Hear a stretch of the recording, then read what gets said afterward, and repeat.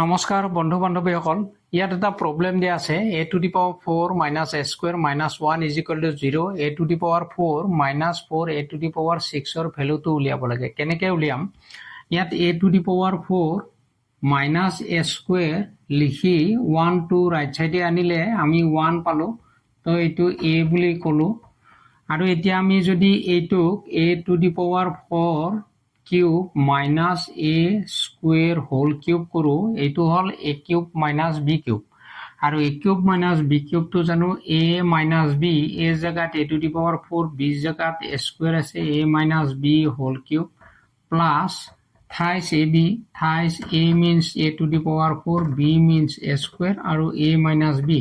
a minus b means a for a to the power 4 আৰু b means a square আছে। এইখিনি আমি a cube আৰু b cube, এই দুটাক যদি a কিউব আৰু b কিউব কৰো তেতিয়াহলে এইখিনি ফৰ্মত আমি পাওঁ। তো এইখিনি পালে a to the power 4 আৰু a স্কোয়াৰ এক নম্বৰত a কি দিয়া আছে 1 দিয়া আছে। So a to the power 4 minus a স্কোয়ারের ভ্যালু কিমান 1, তো এই জায়গাটোত আমি কি বহাম 1 বহালো, 1 কিউব হল প্লাস থাইস আমি পাওয়াৰৰ নিয়মটো জানো, বেজ একে হলে a4 a to the power 4 আৰু a স্কোয়াৰ আছে, গতিকে বেজ একে হলে এই দুটা পাওয়াৰ দুটা কি হয় এড হয়, গতিকে আমি পাওয়াৰ এড কৰিম a to the power 6,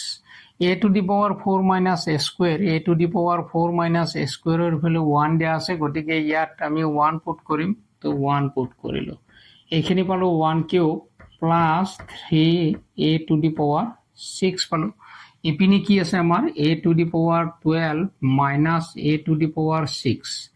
অর্থাৎ আমি যদি এই পার্টটো ইপিনে আনো a to the power 12 minus a to the power 6, এইটো ইপিনে আনিলে minus 3 a to the power 6 is equal to 1, তো এইখিনি মাইনাস পাওয়ার দুটা একে 3 into a to the power 6 আৰু minus a to the power 6, অৰ্থাৎ দুটা মাইনাস আছে আমি এড কৰিব পাৰো a to the power 12 minus 4 a to the power 6 is equal to 1। তো আমাক কুৱেশ্যনটো কৰিছিলে এইখিনি দিয়া থাকিলে ইয়াৰ ভ্যালুটো কিমান, গতিকে a to the power 12 minus 4 a to the power 6 ৰ ভ্যালু কিমান হল 1, এইটো হ'ব আমাৰ এনসাৰ।